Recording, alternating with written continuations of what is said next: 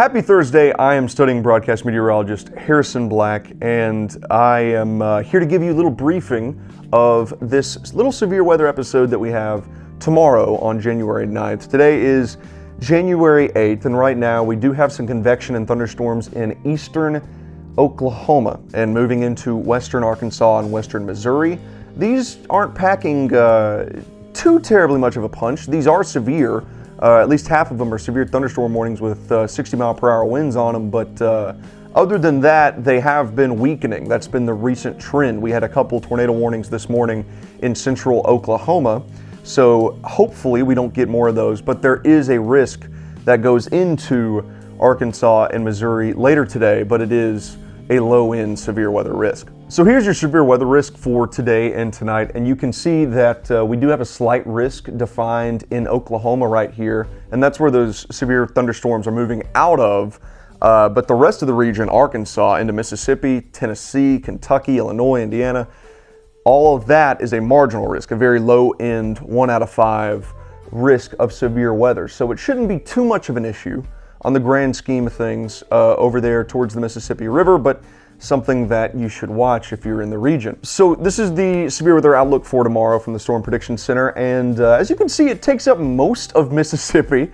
So most of Mississippi is going to be in your standard slight risk there, goes into Louisiana, but as you can see, there's a big nose of risk that comes into Alabama here, and that's what we'll be focusing on, that eastern extent of the threat, which and the northern extent of the threat. This is a very complex situation, and this whole severe weather setup is very conditional. And I'll walk you through what that means real quick. So this is 8 p.m. tonight. This is 8 p.m. on Thursday. You still have your convection in central Arkansas at that point. But as we go forward in the night, let's go to midnight or early tomorrow morning, and you start to see some showers start to develop over Mississippi. And they start to combine together and kind of form into more organized convection as we get into 6 a.m. And your stronger storms, if this is right, will be around central Alabama, maybe moving into Tuscaloosa, maybe up there towards Jasper, somewhere in there. And as we go in through the morning, those storms move into Birmingham and start to move into Georgia as we get into 10 a.m. and then around noon, we start to clear up a little bit. But here's your thing. You have this boundary that's setting up right here in the middle of the state. And you have, with these severe weather setups, you need that moisture from the Gulf. But what this might do, what this might act like, is a little bit of a boundary that would set up and would contain the severe weather risk from there to the south. So in this case, the northern half of the state would have a significantly less chance of severe weather.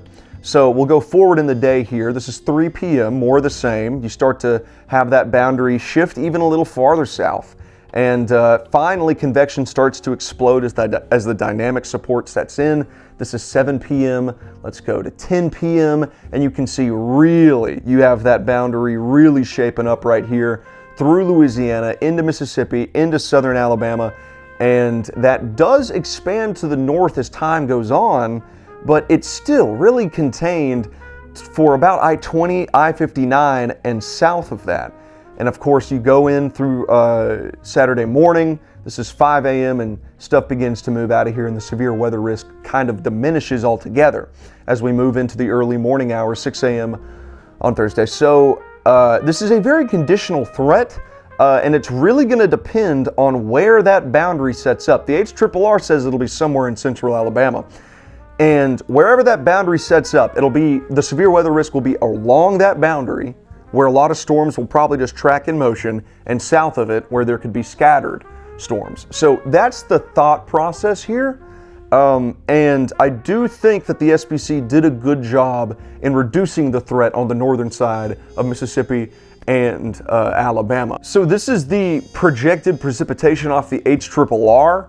And again, this is saying that boundary is going to set up somewhere in central Alabama. Therefore, they're going to get the majority of the rainfall. Now, there's a lot of models that say that boundary sets up a little farther north. And if that's the case, then those heavier rainfall totals will be farther north. But in the northern 2/3 of Alabama, I would expect anywhere from 1 inch to 5 inches of rain, depending on where that boundary will set up. And we'll know that probably early morning tomorrow where that's going to set up. But expect not only just severe weather, but also the opportunity for some flooding as well tomorrow. And with this drought that we've had going on for a while, this will help reduce a little bit of those drought conditions, and that's always a help. That's always a help. So this is your 5-day forecast, and pretty much what I want to hit home here is the fact that you still do have a tornado risk. While, you know, it's going to depend on where those boundaries set up, wherever those boundaries do set up, that is probably where you're going to get the most tornado activity. So there is a chance for tornadoes. We do have a good dynamic setup. It's just we don't have a lot of moisture that's going to be able to get north of that boundary, and it will prevent a more major severe weather event from occurring. But tomorrow, your main risks are definitely going to be flooding and damaging winds, with the opportunity for maybe an isolated and brief tornado or two. You just got to be ready for it. You got to know what's going on tomorrow. So this is just to, inform you, and just so, you can keep an eye on the weather tomorrow as the day unfolds. It shouldn't be too much of a major severe weather event, but it is definitely something that you got to keep an eye on and you got to respect. So, it is what it is. That's just part of life here in North Alabama and North Mississippi. So the rest of the week, obviously, Saturday 66, Sunday 42, Monday 45. It does cool off, but the sun does come back out, and we do get freezing temperatures at night returning. So, get ready to cover up those plants and bushes and shrubs, and, wrap the pipes and everything. Get ready to do that all over again. So, y'all have a good day. I hope y'all have a great day. I will probably see you guys tomorrow. So, see ya.